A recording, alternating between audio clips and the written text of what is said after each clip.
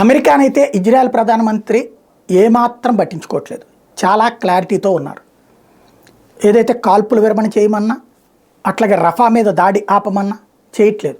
ఐక్యరాజ్య సమితి ద్వారా ఒత్తిడి తీసుకొస్తున్న అమెరికా మాట వింటలేదు. ఎందుకంటే ఆ మధ్యన వీళ్ళందరి ఒత్తిడి మేరకు కాల్పుల విరమణ 3 వారాలు చేశారు. దాని పర్యవసానం ఏమైంది?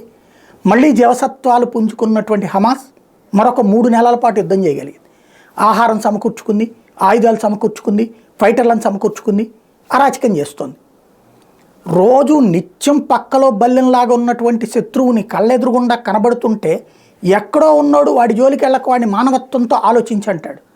అదే అమెరికా వాడికి ఆఫ్ఘనిస్తాన్లోనో పాకిస్తాన్లో ఉన్నటువంటి వాడి వల్ల ప్రమాదం అనుకుంటే వచ్చి లేపేస్తాడు.